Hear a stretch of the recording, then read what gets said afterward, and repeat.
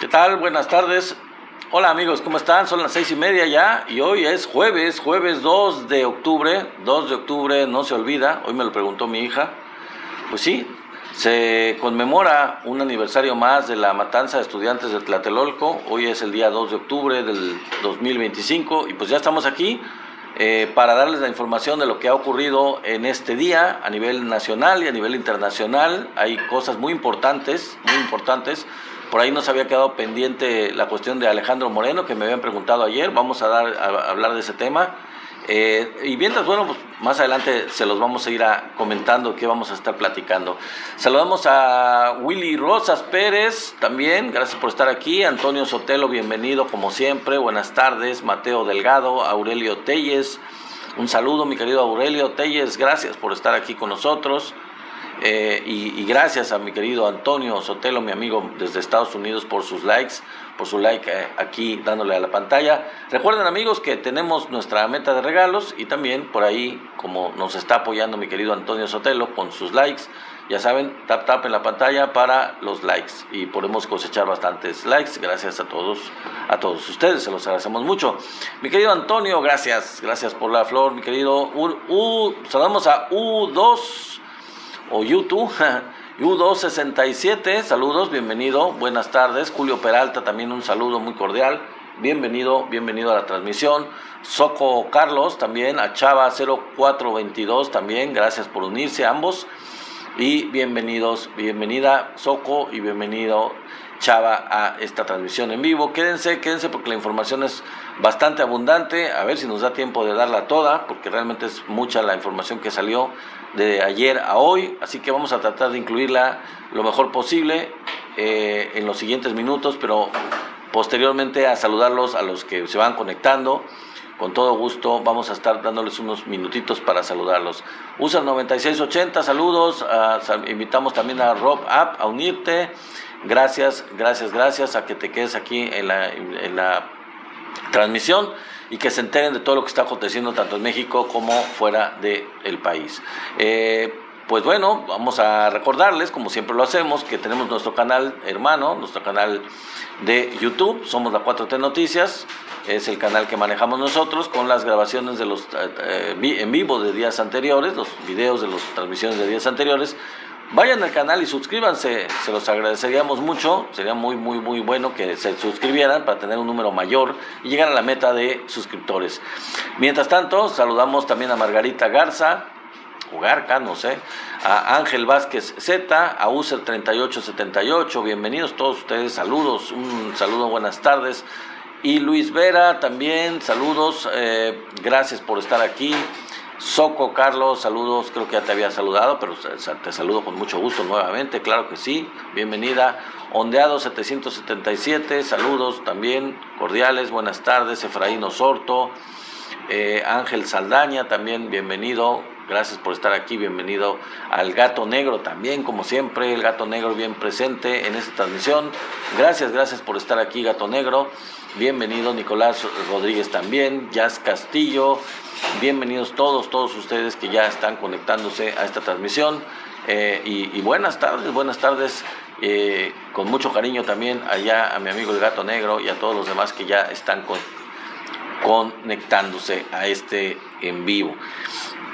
Y bueno, vamos a ver quién más, si es que alguien más se conecta, si no, pues vamos a proseguir ya realmente porque nos queda pues menos de una hora para poder transmitir toda la información que tenemos. Ojalá nos dé tiempo. Está por ahí llegando mi querido Tenax Vite, muy a propósito, muy puntual también a esta transmisión.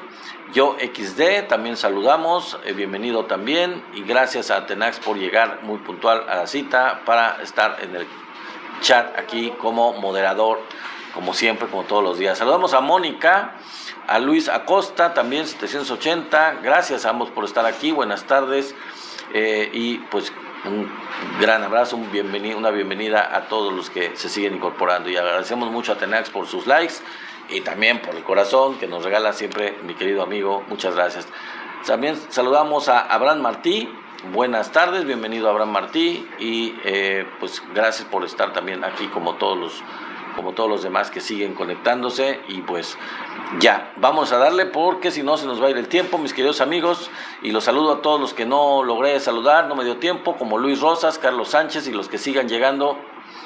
Quédense porque va a estar muy buena la información. Bueno, el tema principal de lo que vamos a hablar, como lo dice el título de este en vivo, es precisamente pues que ya le cayeron a Alejandro Moreno. Ayer ya lo anunciaba uno de los que participan en este chat, que participan en esta transmisión, que ya sonaba el hecho de que expropiaron terrenos de Alejandro Moreno en Campeche y pues ya se los quitaron, ya se los expropiaron, y eso fue un golpe muy fuerte a este cínico, a este corruptazo. Y vamos a ver esa información, es uno de los temas que vamos a tocar, qué fue lo que pasó, cómo fue que se expropiaron estos terrenos de Alejandro Moreno.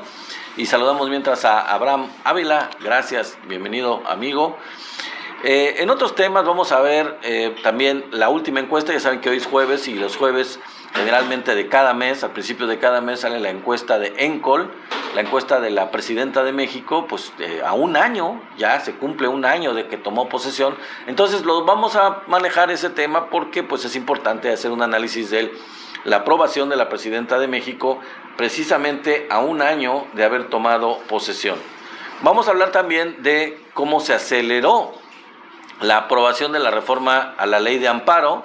Vamos a ver por qué es que se aceleró y cuáles son las cosas que andan ahí entre líneas, que se manejan ahí, y por qué esto está fluyendo. Hay un conflicto, una situación ahí peligrosa, riesgosa dentro de Morena, que ya les voy a platicar, y tiene que ver con la aprobación de la ley de amparo. Vamos a analizar todo este tema. También vamos a hablar un poco de la locura de Ciro Gómez Leiva. Ya realmente ya está pirado completamente este personaje, está totalmente ilógico, totalmente esquizofrénico, fuera de cualquier sentido común básico, porque ya sacó un libro y les voy a platicar de lo que dice más o menos ese señor en una entrevista. Gracias, mi querido amigo Marco, bienvenido, muy buenas tardes. Y si nos da tiempo, ojalá nos dé tiempo porque es importante lo que pasó. Gracias por el corazón, amigo. Pues Israel hizo algo, el gobierno de Israel hizo algo que desató la indignación, el enojo y la condena mundial. Lo que hizo Israel el día de hoy fue algo aberrante, fue algo espantoso y fue algo que fue condenado a nivel mundial, y de eso también vamos a hablar. Y vámonos, amigos, porque los temas son bastantes y son largos. Bueno, vamos a empezar con el tema de Alejandro Moreno. La presidenta Claudia Sheinbaum aclaró que Laida Sansores, la gobernadora de Campeche, expropió terrenos, efectivamente, como lo anunciaba alguien de aquí el chat ayer, creo que Juan Francisco, no lo sé, expropió Laida Sansores, la gobernadora de Campeche, terrenos de Alejandro Moreno, y pues dice la presidenta que los adquirió con lavado de dinero. La presidenta Claudia Sheinbaum explicó que los terrenos expropiados a personas cercanas a Alito Moreno en Campeche son propiedades presuntamente adquiridas por lavado de dinero.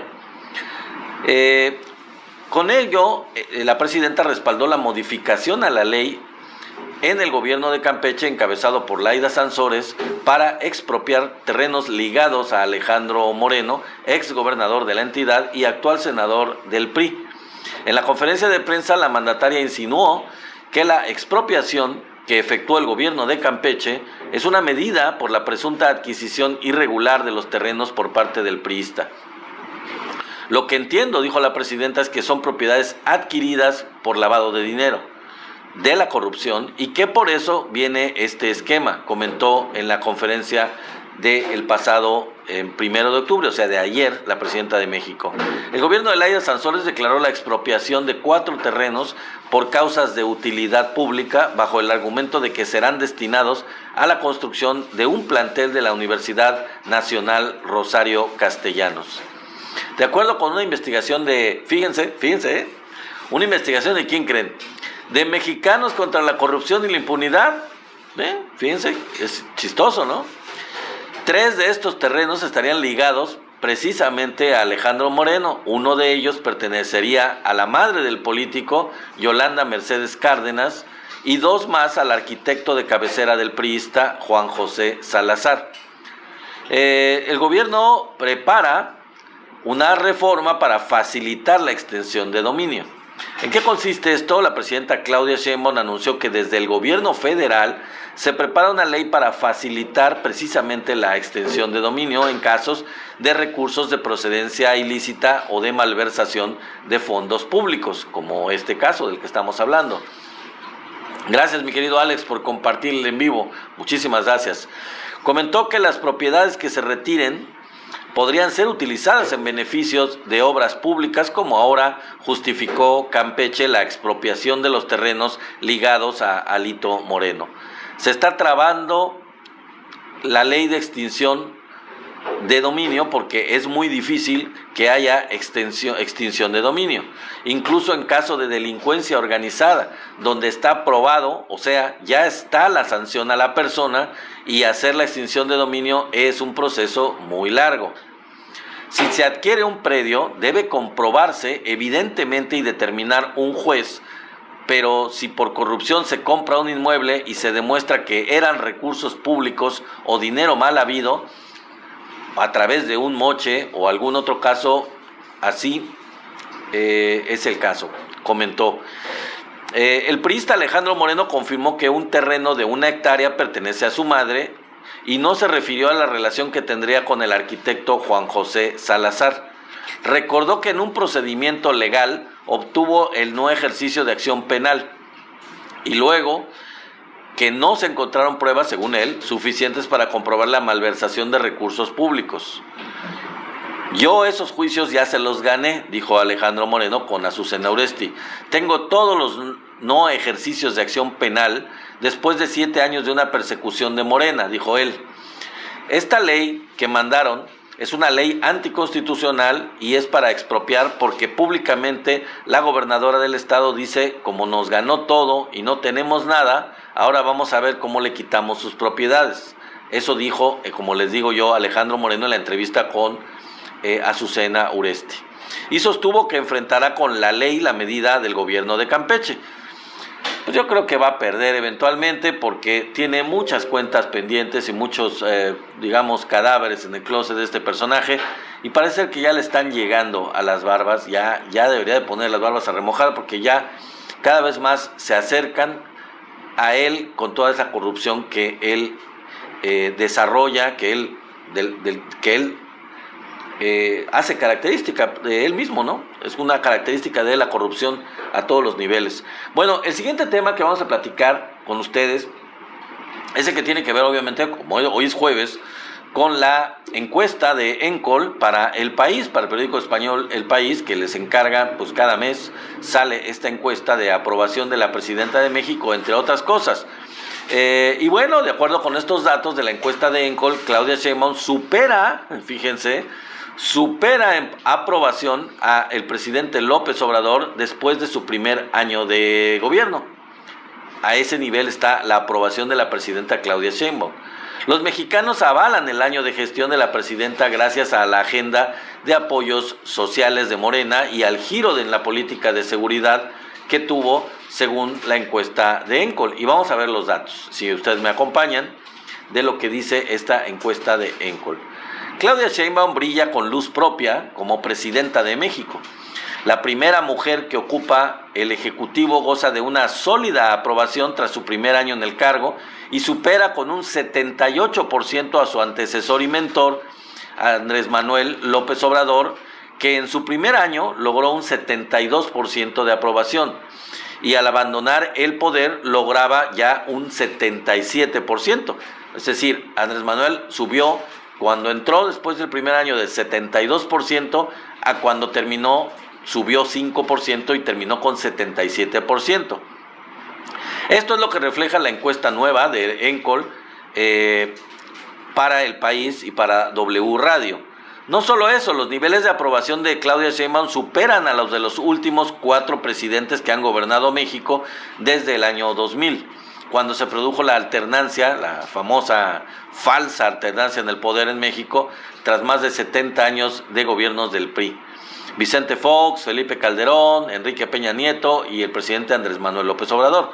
La política, una de las fundadoras del partido Movimiento de Regeneración Nacional Morena ha consolidado la posición hegemónica de la organización, impulsando la agenda social planteada por su predecesor, el tan carismático como polarizador, dice El País, Andrés Manuel López Obrador. Bueno, eso dice El País, ¿no? Y dice como un medio de derecha. De diciembre del 2024 había una aprobación, la presidenta tenía una aprobación en diciembre del 2024 de 76%, y ahora pues ya subió 2% para alcanzar un 78%, y tenía ella en diciembre del año pasado una desaprobación del 21%, que disminuyó también 3%, y ahora la desaprobación de la presidenta Claudia Sheinbaum es de solo 18%. Sheinbaum cumple este miércoles un año, como ustedes saben, como ya les dije, desde que llegó a Palacio Nacional. Su aprobación desde entonces no ha bajado del 75% nunca, de acuerdo al sondeo realizado la semana pasada a 1 millar de personas en todo el país. Su momento de mayor popularidad fue mayo, cuando gozó del 83% de apoyos en un mes marcado por las constantes cargas desde Washington en contra de las importaciones del agro mexicano. El acoso a los indocumentados mexicanos en Estados Unidos y la investigación de las autoridades estadounidenses a los políticos locales del estado de Baja California, entre ellos la gobernadora de Morena, Marina del Pilar Ávila. Desde entonces la aprobación de la mandataria ha caído 5 puntos, pero se mantuvo en septiembre con un 78% de simpatías y solo un 18% de desaprobación, como ya les mencioné. La cifra supera al primer aval que recibió AMLO a un año de su llegada a la presidencia en noviembre del 2019, con un 72% de aprobación y un 22% de desaprobación. Bueno, aquí están los datos, ya se los dije. La presidenta goza de apoyos en todos los sectores de escolaridad, aunque sus simpatías son más robustas entre los mexicanos que solo cursaron la educación básica. La encuesta revela que Sheinbaum cuenta con apoyo entre quienes incluso se identifican como votantes de la oposición. El 73% de los panistas, el 70% de los simpatizantes de Movimiento Ciudadano y el 72% de los priistas, una fuerza que ha caído a la 4ª posición nacional, como ya les hemos venido diciendo. Todos ellos validan el primer año de gestión de la presidenta. Los apartidistas son los más críticos, pues el 34% desaprueba la gestión de la presidenta Claudia Sheinbaum. Sin embargo, el 66%, que sigue siendo altísimo, considera que la situación en México está mejorando. El optimismo, no obstante, ha caído un 5% desde enero, cuando Trump llegó a la Casa Blanca. Desde entonces, el pesimismo ha aumentado cuando se habla del desempeño de la economía por la guerra arancelaria.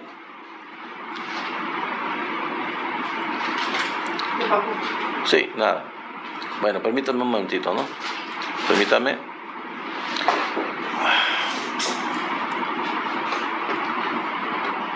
Bueno, vamos a continuar con otro tema, porque eso, bueno, a ver, sí, parece ser que se trabó un poquito.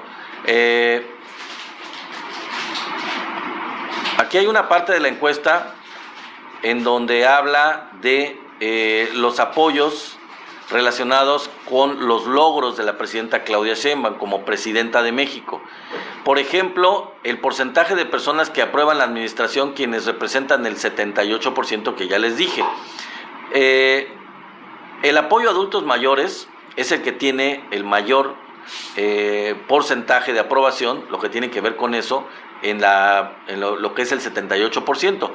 El 13% tiene que ver, y es el más alto, con el apoyo a adultos mayores, el 12% el apoyo a becas, el 12% a apoyos sociales, y ya otros vienen en una menor proporción, como por ejemplo el apoyo a las mujeres, el 2%, mejorar la economía del país, el 3%, el apoyo a indígenas y campesinos, solo el 1%, el apoyo a escuelas, 1%, el combate a la inseguridad y la delincuencia incluso tiene un 7%, no está tan mal, es bastante bueno. El que tiene buenas propuestas y que trabaja bien, el 5%, la reducción de la pobreza, el 1%, la postura que ha tomado frente a Donald Trump, el 2%, mejorar las relaciones internacionales también el 2%, generar obra pública el 2%, y hay una serie de cuestiones que solamente alcanzan el 1%, como por ejemplo combatir la corrupción, la igualdad de género, los programas de salud y continuar con la cuarta transformación. La seguridad sigue siendo el tema pendiente, por lo que les acabo de mencionar, de Claudia Sheinbaum tras su primer año. Apenas un 7% menciona el combate a la inseguridad como uno de los grandes logros de la administración, mientras que el 52% opina que la delincuencia y el narcotráfico son los problemas más importantes del país. ¿Cuál considera, dice la siguiente pregunta, que es el principal problema del país? Bueno, pues ahí está lo que les digo, el 52% la inseguridad del narcotráfico, y hay otros que tienen un porcentaje más bajo, como los problemas económicos, solamente el 20%, la corrupción y el mal gobierno el 14%, las calles en mal estado el 4%, y ya, y otros pues menos, ¿no? El 5% nada más. Esto a pesar de que el Gabinete de Seguridad y la propia presidenta han subrayado desde hace meses uno de sus resultados más contundentes, que es una reducción del 32% de los homicidios a nivel nacional. La bajada es aún más pronunciada en algunas entidades que han sufrido por la narcoviolencia en los últimos años, como por ejemplo Guanajuato, en el centro del país, donde se registra una caída del 40%, o el estado norteño de Nuevo León con una caída del 63% en esta violencia. Un 25% considera que la presidenta no combate la delincuencia ni la corrupción, un porcentaje menor. La cifra se revela en un momento en el que Sheinbaum lidia con dos grandes escándalos que apuntan al interior de su grupo político. Uno es la caída en la corrupción,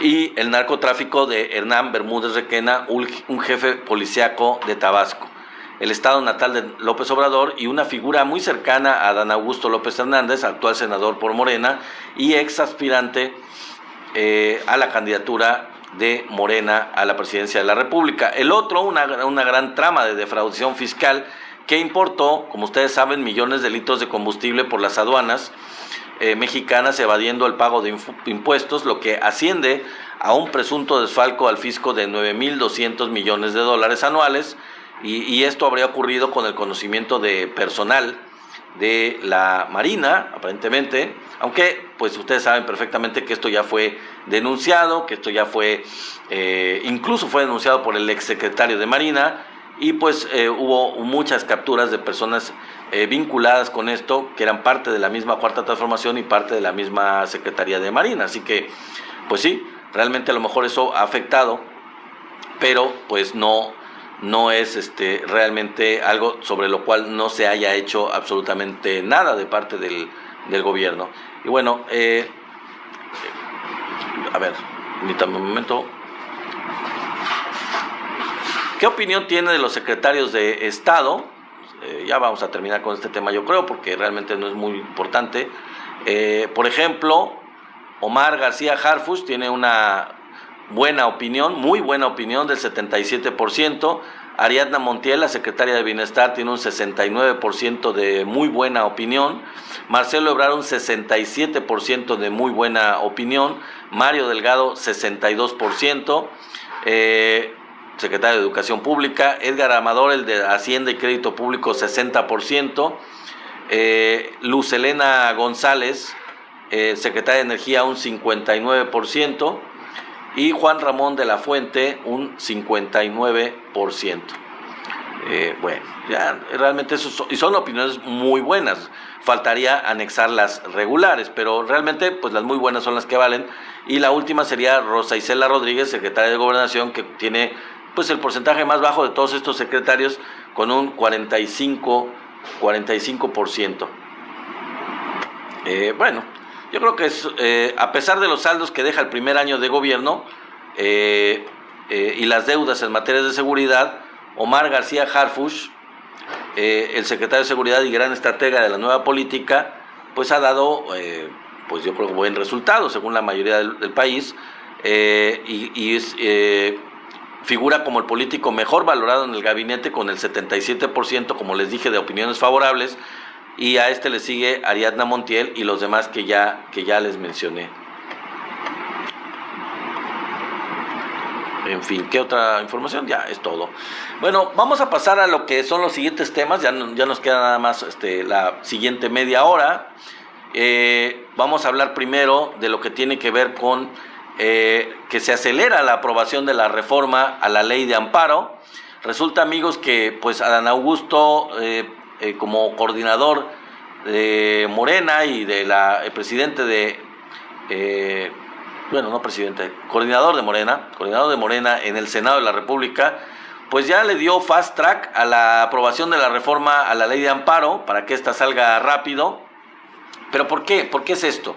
Bueno, la idea es que ya se refleje en la ley de ingresos del año próximo. La idea es que al hacerlo fast track, al hacerlo rápido, todavía ahorita da tiempo para que el próximo año ya surja, se plantee la ley de ingresos de 2026 antes de que termine este año, y que ya el próximo año ya esté incluida la reforma a la ley de amparo en el presupuesto de ingresos del próximo año. Entonces, de esa forma no va a haber posibilidad. La razón de hacerlo fast track es que no va a haber posibilidad para Ricardo Salinas Pliego, por ejemplo, de no pagar sus impuestos. O sea, la idea es bloquear o vetar este tipo de posibilidad, que salga de una vez la ley de amparo.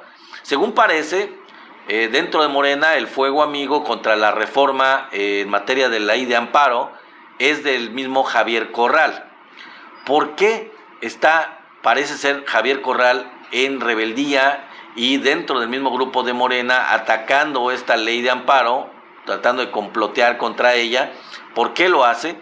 Bueno, porque Javier Corral pretende suceder a Adán Augusto como coordinador de Morena, porque pues ya están tirándole muy duro y tratando de sacar de la coordinación de Morena a Adán, y él se pregunta, pues ¿por qué no yo? Yo quiero ser. Entonces la idea es atacarlo, criticarlo, tirarlo y ponerle todos los traspiés posibles para poder él quedarse en la coordinación de Morena en el Senado.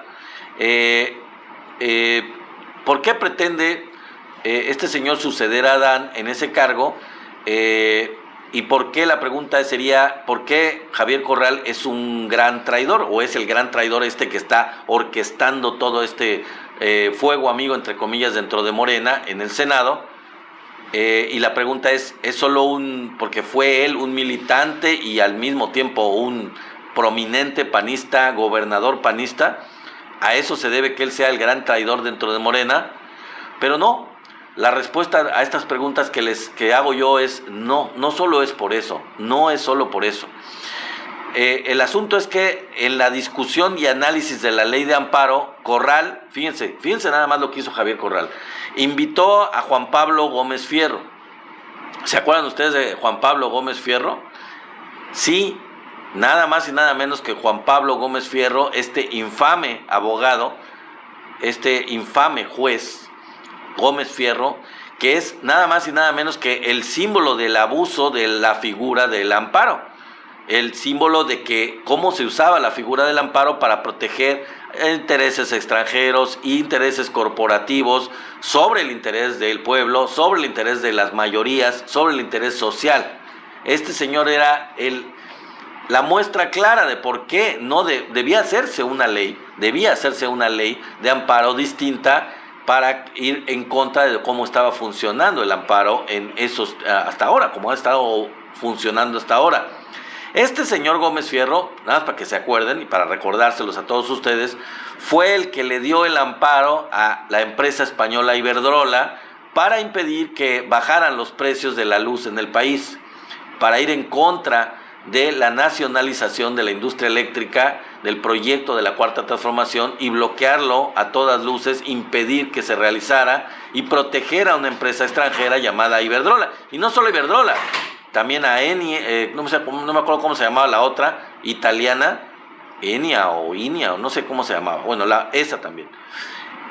Él, Gómez Fierro, es el símbolo y la muestra de cómo se ha usado entonces, como les digo, la ley de amparo y de la necesidad realmente urgente, importantísima, de esta reforma que se está planteando. Ya no puede postergarse y es importante que se haga esta reforma. Y a pesar de todo esto, a pesar de esta necesidad urgente, Javier Corral tiene la desfachatez, tiene el cinismo de invitar como ponente o como un experto nada más y nada menos que a uno de los peores representantes de la defensa de cómo ha estado funcionando los amparos para proteger intereses oscuros de empresas corruptas, de intereses extranjeros, de gente, incluso de narcotraficantes, de gente dedicada al crimen organizado, de factureros, de muchas cosas. O sea, él ha sido uno de los defensores, uno de los que ha promovido amparos y ha defendido, ha aprobado o aceptado amparos en todos este tipo de casos. Entonces, ¿qué es lo que pretende? ¿Qué es lo que pretende Javier Corral con esto? No solo quitar a Dan Augusto de su puesto.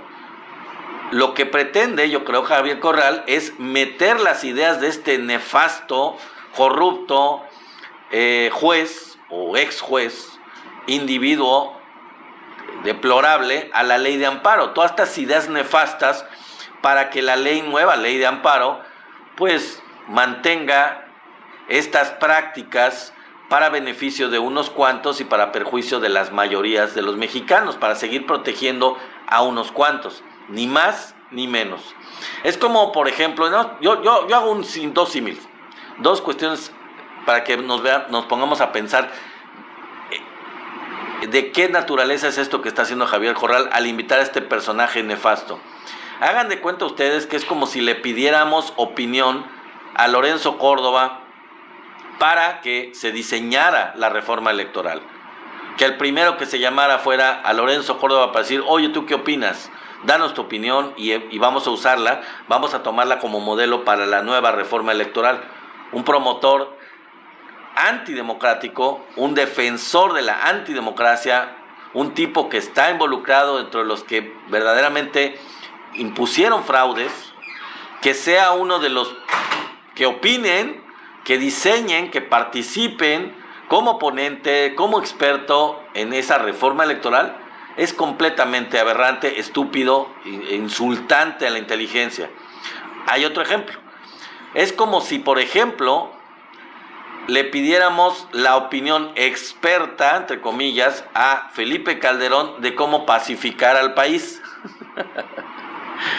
O sea, imagínense que le vayamos con Felipe Calderón y digamos, oiga, usted que sabe mucho, usted que sabe del tema, ¿cómo podríamos llegar a pacificar el país?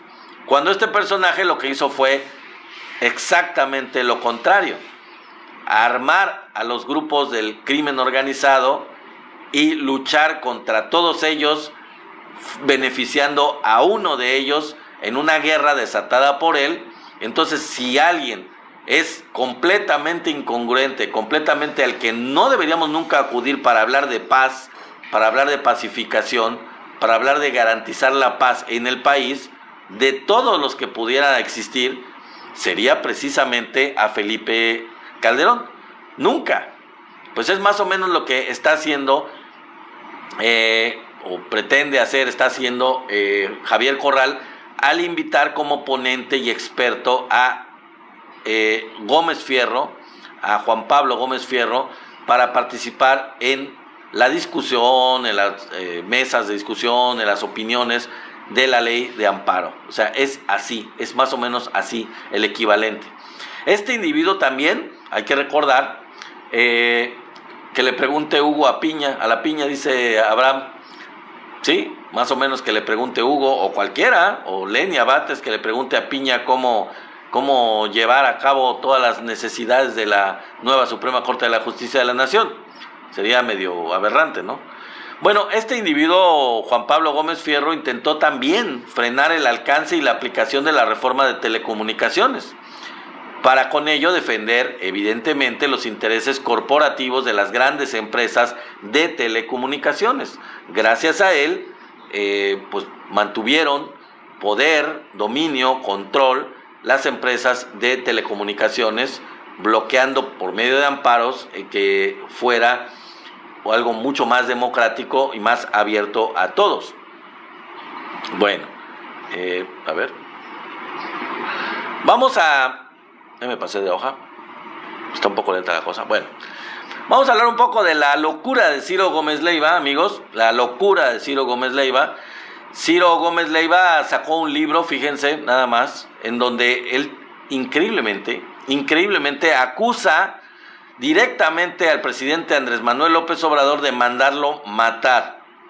Así como lo escuchan, acusa directamente al presidente López Obrador de mandarlo matar y lo califica, el intento de asesinato de Ciro, como un crimen de Estado.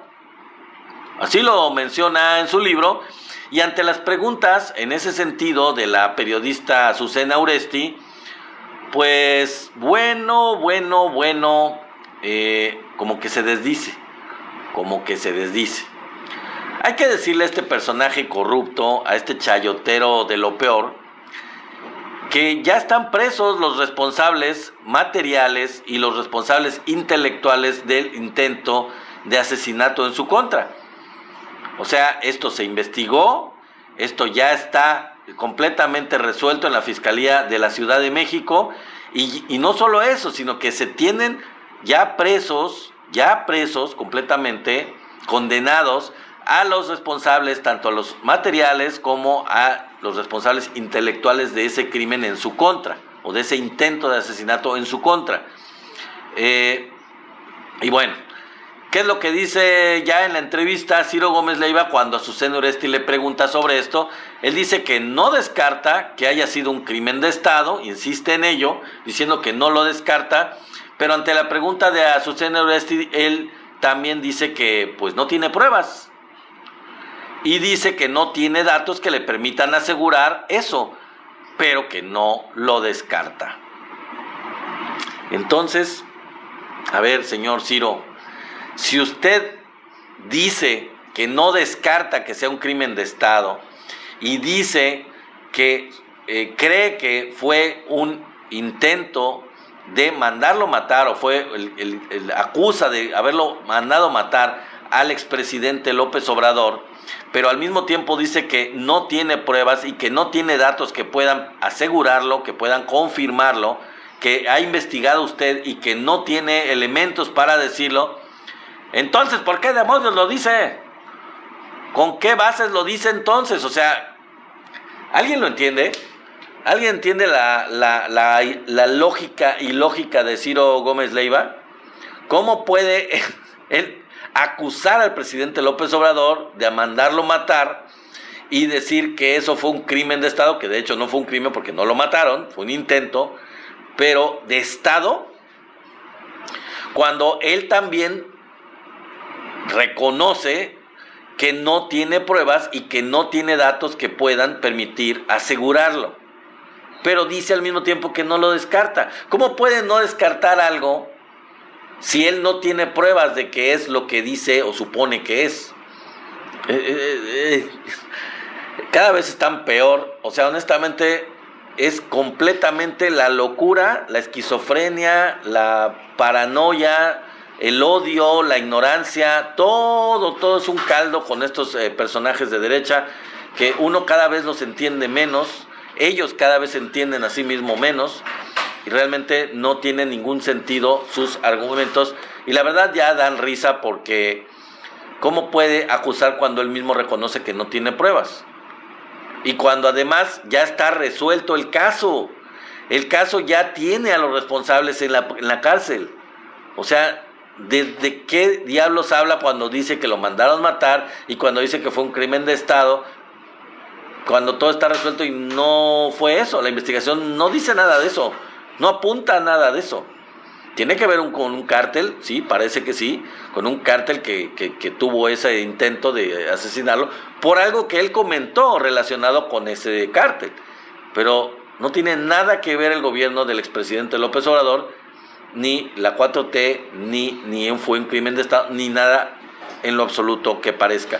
Bueno, Vamos al siguiente tema, porque el siguiente tema fue el tema del día y fue, aparte de lo del 2 de octubre, fíjense qué casualidad que fue hoy 2 de octubre cuando pasó esto que les voy a mencionar, que fue una condena mundial, una total condena mundial.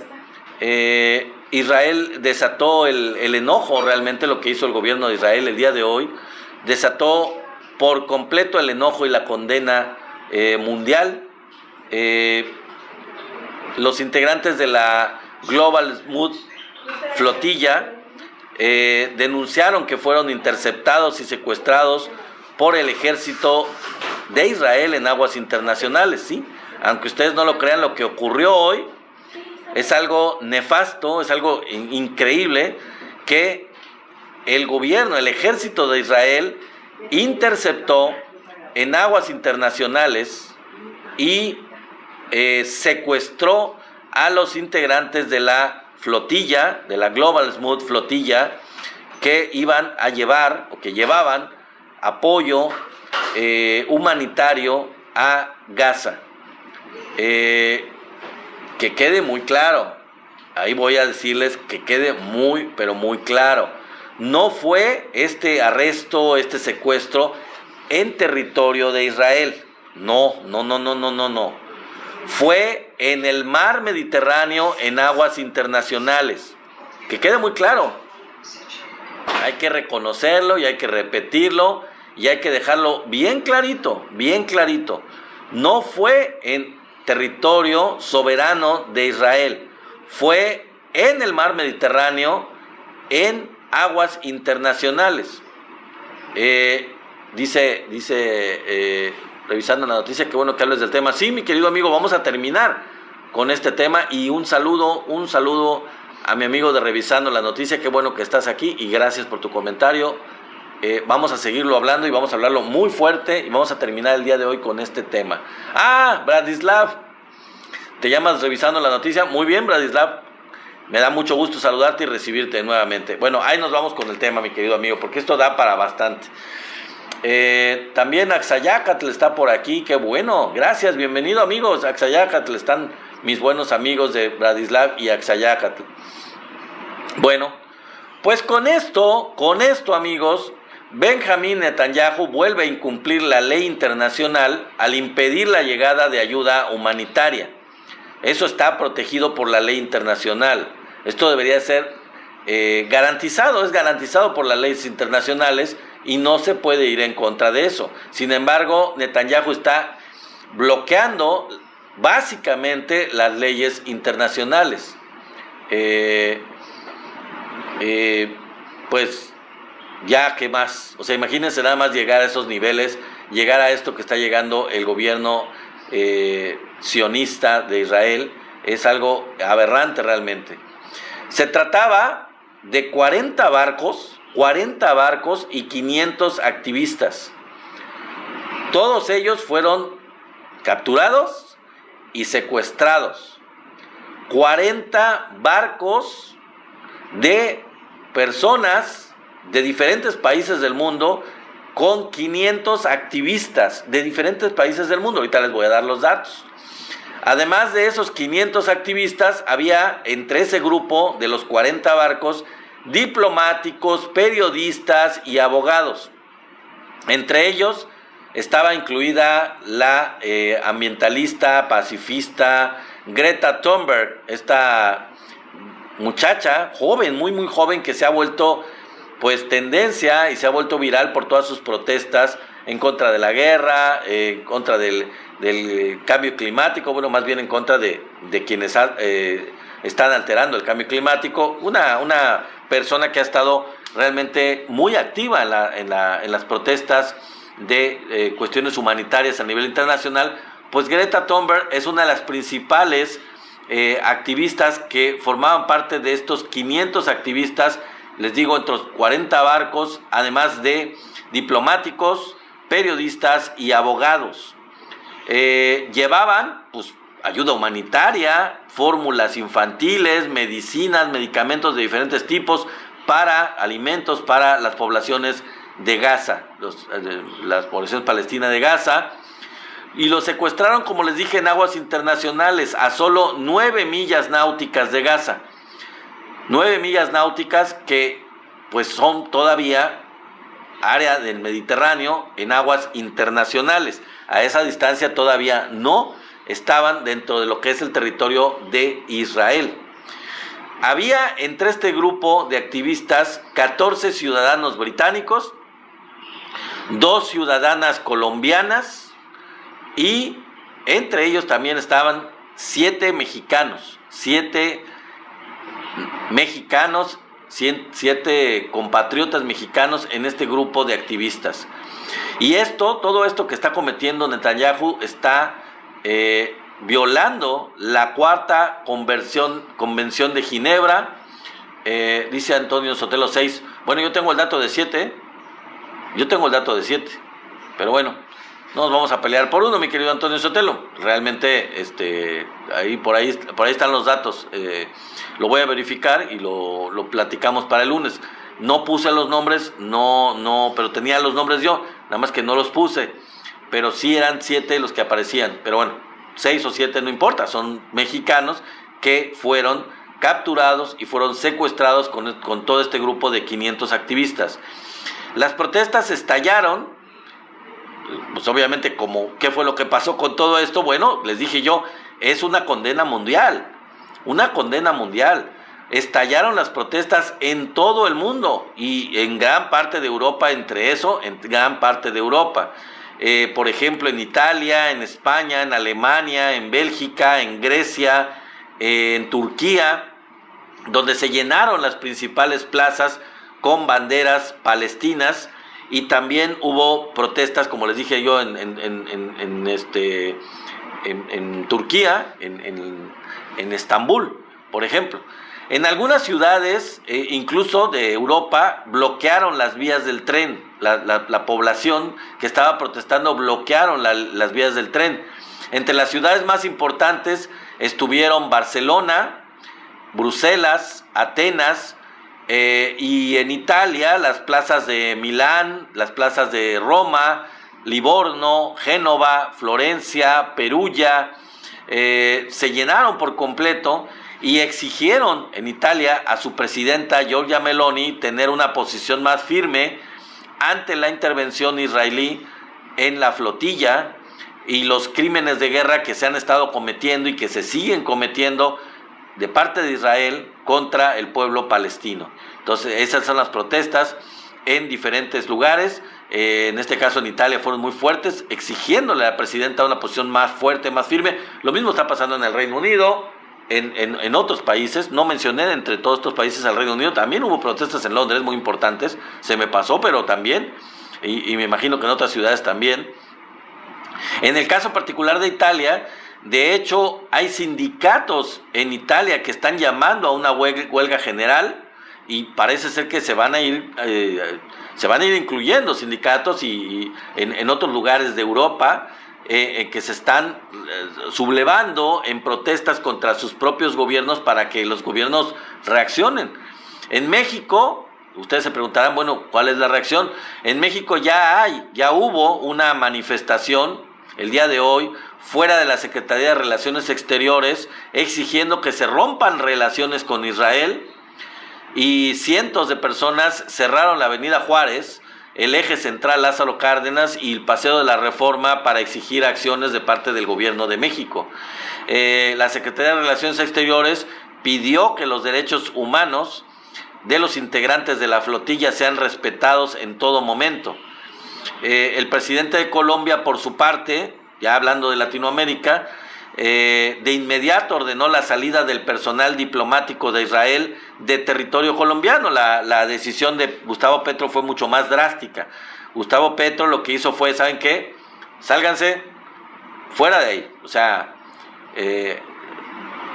todo el personal es una manera prácticamente de romper relaciones de manera abrupta y total con el Estado de Israel, al pedir que todos los diplomáticos, todo el cuerpo diplomático colombiano salga completamente del Estado de Israel.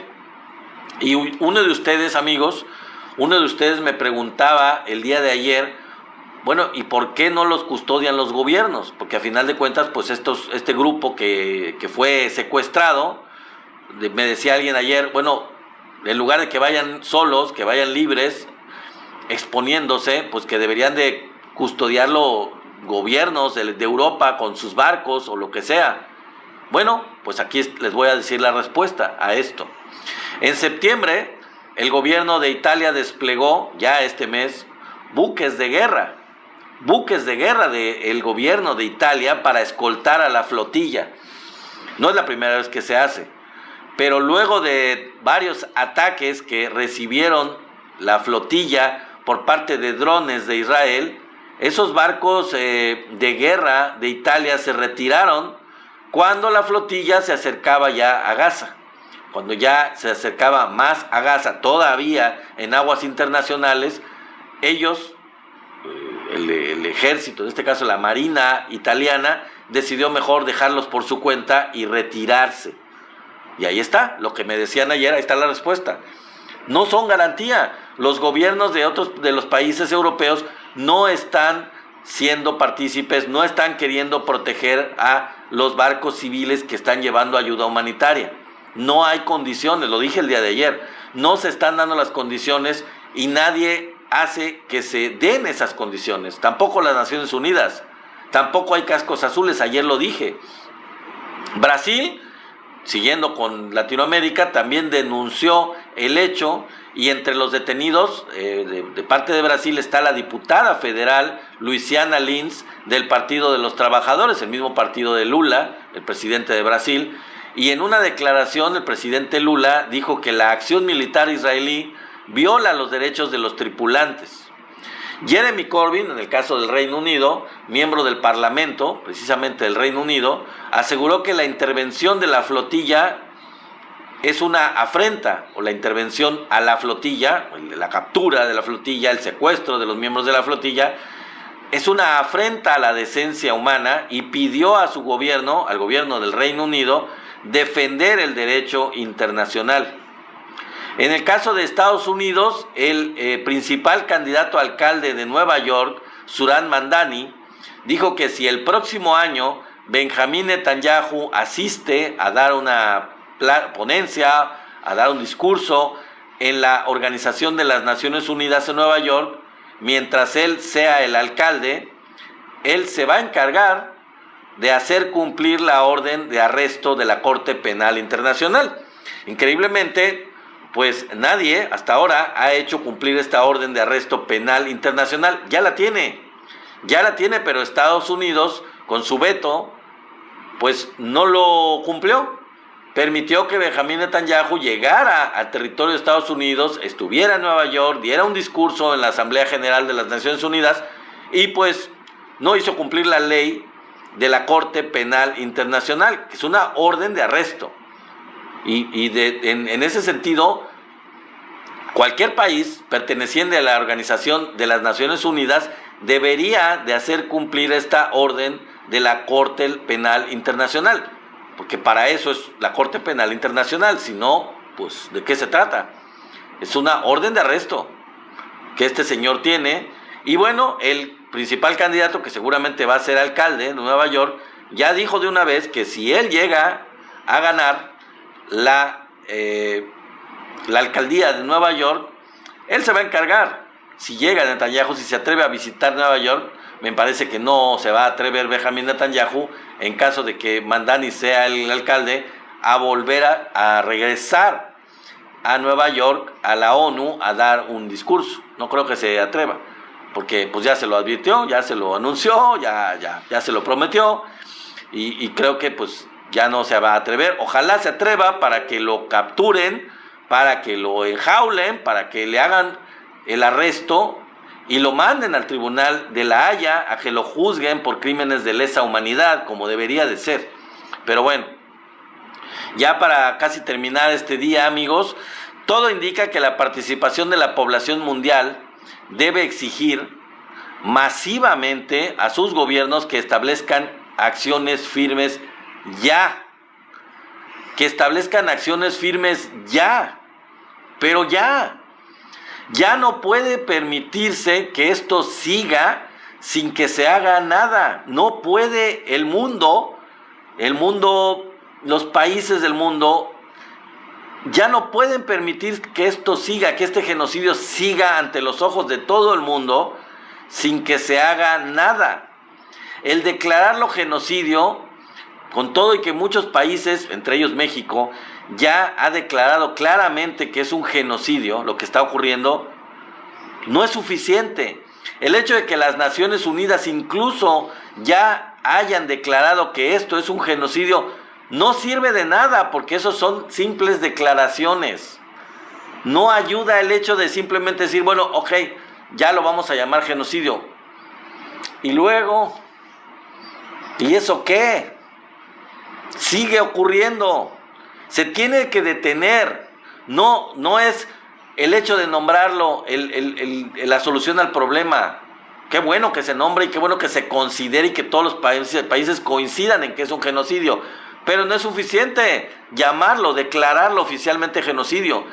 Ni siquiera si todos los países de la ONU lo declaran como tal. Claro, exceptuando Israel y Estados Unidos, con el veto que tiene Estados Unidos, no sirve de nada. Esta declaración no sirve de nada. Como dice Patricio Díaz, basta de palabrerías, basta de discursos, basta de nada más estar diciendo cosas bonitas y solidarizándose y diciendo palabras.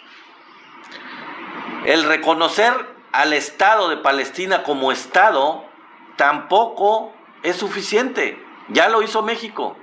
Ya lo hizo de alguna manera al reconocer a la embajadora, como otros países como Rusia, al reconocer que a la embajadora de Palestina como embajadora, por lo tanto dándole el grado o el nivel o el reconocimiento a Palestina como un Estado, a diferencia de tener una representación diplomática, una representante diplomática, pues se tiene un embajador o una embajadora. En ese momento se tiene relaciones con otro país y a ese país se le reconoce como un Estado, como un país. Bueno, eso no es suficiente. Aunque la mayoría de los países reconozcan que hay dos estados, uno que es Palestina y el otro que es Israel, eso no sirve. El genocidio sigue, el genocidio se sigue continuando, sigue prevaleciendo.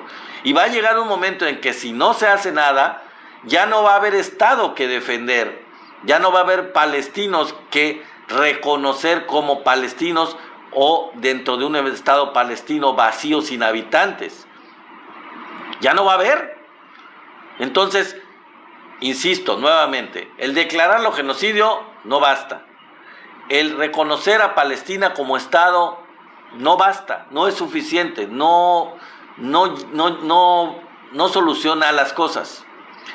Nada de eso o de otras cosas que tienen que ver con discurso, con palabrería, con propuestas, nada de eso va a detener el genocidio. Y ahí sí, lo que dije yo ayer, creo, sinceramente, que hay dos formas.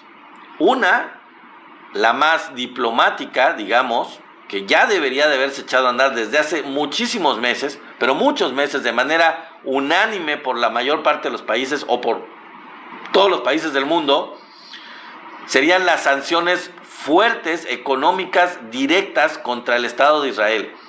Sanciones económicas contundentes contra el Estado de Israel que restrinjan por completo y aíslen por completo comercialmente en todos los sentidos a Israel. No solo en armas, primero en armas, pero también en todo lo demás. Una restricción comercial y un bloqueo comercial total de todo el mundo contra Israel. Eso debería de haber ocurrido ya desde hace mucho y no se necesitaba gran cosa, pero bueno, ojalá que ahora, reconociendo la mayoría de los países a Palestina como país, como Estado, y reconociendo que se trata de un genocidio, ojalá que por lo menos se hiciera eso y se llegara a una resolución de las Naciones Unidas para poder bloquear a Israel completamente a nivel económico. Bueno, esa es la solución que ya debería de haberse implementado hace mucho tiempo y que yo no creo que sea tan complicada. Y la otra, que es más drástica, pero que también debería ya de haberse implementado porque no se detiene el genocidio de manera pacífica, con declaraciones. Se va a detener por medio de una acción militar, conjunta de todos los países del mundo, de la Organización de las Naciones Unidas o como sea, pero ya desde hace mucho debería de haber habido un cuerpo de las Naciones Unidas de cascos azules que se llevara, que se mandara a Gaza con garantías militares, con protección militar, para impedir, para restringir, para limitar, para bloquear completamente cualquier acción militar adicional de parte de Israel contra el pueblo palestino, y para garantizar otra serie de cosas. Por ejemplo, la llegada de ayuda humanitaria. No es posible que el Estado de Israel esté haciendo lo que está haciendo, impidiendo que la gente reciba ayuda humanitaria internacional y que se esté permitiendo eso. No es posible que las Naciones Unidas permitan eso. En cualquier conflicto internacional, los países que están en conflicto tienen obligatoriamente que recibir apoyo humanitario para los pueblos que están en situación de guerra. En este caso, si el Estado de Israel no lo permite y no lo está permitiendo, tan es así que secuestró a la flotilla, a los integrantes de la flotilla. Eso quiere decir que no está permitiendo la entrada de apoyo humanitario, y desde hace mucho no lo permite. Eso está llevando a la hambruna y a la muerte a los habitantes de Gaza. Y al no hacer nada, las Naciones Unidas están permitiendo este holocausto, permitiendo este genocidio, porque no se está implementando una acción correctiva, contundente, firme, muy, muy fuerte contra Israel. Y la acción que ya debería de haberse llevado a cabo desde hace mucho es llevar al cuerpo de los cascos azules, muy bien pertrechados, muy bien armados, con un muy buen equipo de ejército, para poder, por la buena o por la mala, entrar a la región de Gaza y garantizar que se pare el genocidio, que se paren los bombardeos contra el pueblo palestino, el pueblo de Gaza.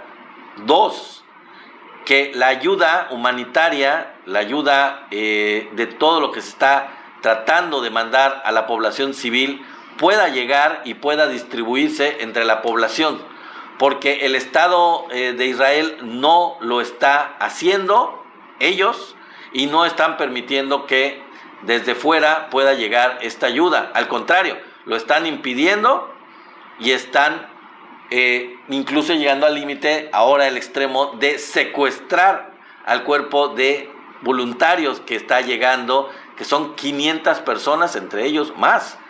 Entonces, es algo completamente, es lo que yo puedo decir, lo que yo puedo sugerir, lo que yo puedo comentar en relación a este tema, amigos, y es algo que tiene que suceder, tendría que estar pasando ya.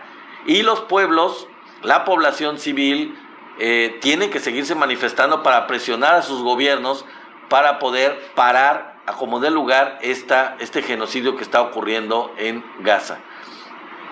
Ya de buena voluntad, pues me como, no sé, quién sabe cuántos tacos de lengua, ¿no?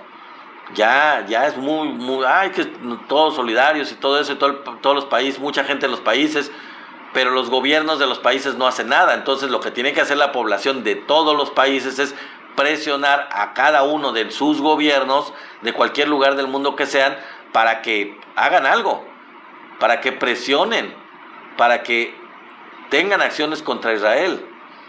Tiene que haber más fuerza, más contundencia en las acciones, y eso es algo que, si no se hace, si no ocurre, el genocidio va a continuar, va a seguir continuando, y se va a hacer más pronunciado, y vamos a seguir viendo en vivo y en directo el genocidio, que la gente se muere no solo por bombardeos, sino que se está muriendo de hambre y de sed, por increíble que esto suene, que esto parezca. Y bueno, Amigos, esto ha sido todo por hoy. Espero que me acompañen la próxima semana en la transmisión del lunes. Ojalá, a ver si nos vemos en la próxima semana con más información. Terminamos con un tema no muy bonito, no muy agradable, pero pues teníamos que decirlo porque es lo que pasó. Y fíjense, pasó precisamente hoy, que es un aniversario, una conmemoración de la matanza de estudiantes o un recuerdo, pues, de la matanza de estudiantes de 1968. Y ahora secuestran a la flotilla de voluntarios de todo el mundo que llevaba ayuda a Gaza. Fíjense nada más el simbolismo de esto. En fin, pues muchas gracias, amigos, muchas gracias a Abraham, gracias a todos los que han estado aquí, gracias a Marco, gracias a mi amigo Sema. Sí, Tlatelolco, la matanza de estudiantes de Tlatelolco, mi querido amigo Sema, claro, por supuesto, el 2 de octubre del 68, la matanza de Tlatelolco, que se conmemora, el día de hoy. Gracias a mi amigo Tenax Vite, gracias por ahí no vi, creo que a Juan Francisco, y si no lo vi, sí estaba, pues te saludo y te agradezco mucho estar aquí. A José Miranda también, a Antonio Sotelo, por supuesto, a Vladislav, a Xayacatl, que por aquí estuvieron. Espero que ya estén conectados, ya estén suscritos, todos ustedes estén suscritos al canal de YouTube de Somos la 4T Noticias. Si no lo han hecho, les invito a que vayan y a que se suscriban en el canal, por favor, eso se le agradecería mucho.